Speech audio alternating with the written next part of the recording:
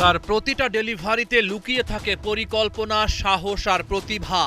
নিয়ন্ত্রিত line length, condition অনুযায়ী বলের গতি পরিবর্তন আর ভয় ডরহীনতা, এই তিনে ভর করে রিশাদ হোসেন হয়ে উঠেছেন তরুণ লেগ স্পিনারদের মাঝে আলাদা। বাংলাদেশের ক্রিকেটের জন্য রিশাদ নিছক একজন স্পিনার নন, ভবিষ্যতের সম্ভাবনার নাম।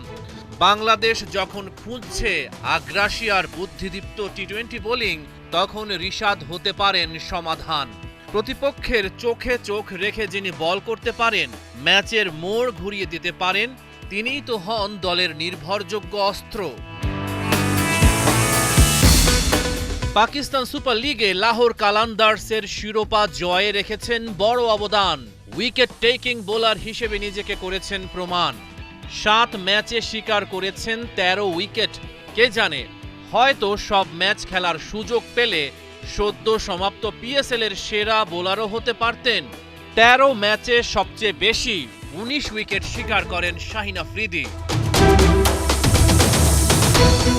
বাংলাদেশ পাকিস্তান টি-20 সিরিজে রিশাদকে নিয়ে পাকিস্তানের আলাদা পরিকল্পনাই থাকবে।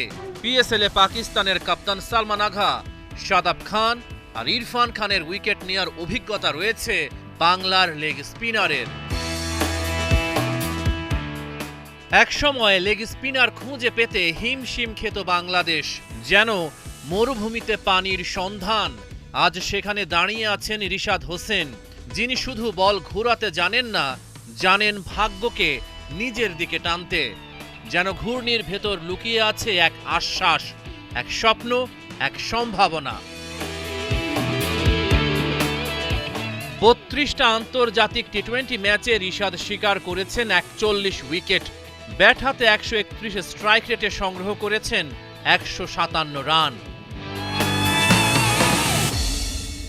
রহমান পেয়ার, 71।